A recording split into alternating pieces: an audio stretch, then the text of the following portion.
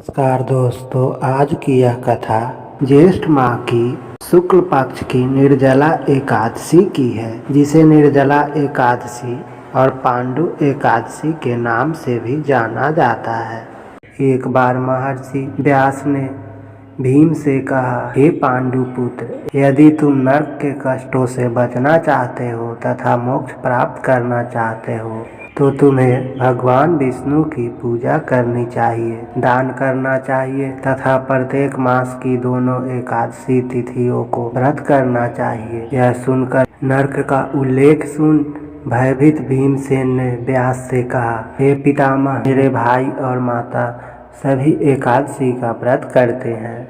मैं भी पूजा और दान कर सकता हूँ, लेकिन समस्या यह है कि मैं लंबे समय तक भोजन के बिना नहीं रह सकता, क्योंकि मेरे पेट में वृक्क अग्नि है, जिससे एक बार भोजन करना भी कठिन है।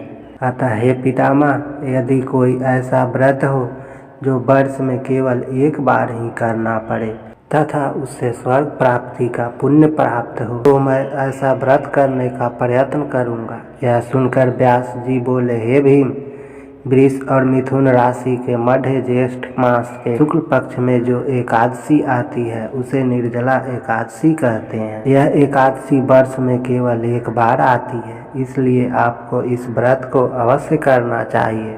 इस व्रत के दौरान स्नान आचमन के अलावा पानी का उपयोग करना वर्जित है।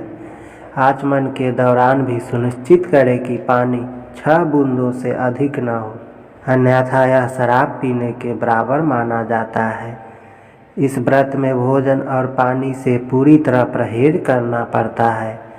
यदि कोई ज्येष्ठ शुक्ल एकादशी को सूर्योदय से लेकर द्वादशी को सूर्योदय तक जल नहीं पीता है तो उसे पूरे वर्ष की सभी 24 एकादशियों का व्रत रखने का पुण्य प्राप्त होता है। द्वादशी तिथि को ब्रह्म मुहूर्त में उठकर स्नान करना चाहिए और ब्राह्मणों को दान देना चाहिए। इस दिन ओम नमो भागवते वसुदेवाय मंत्र का जाप करना चाहिए।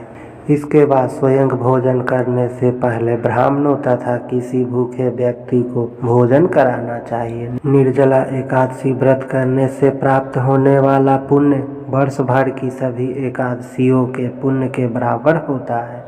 व्यास जी ने कहा, हे पुत्र, इस एकादशी का महात्म्य मुझे स्वयं भगवान विष्णु ने बताया है।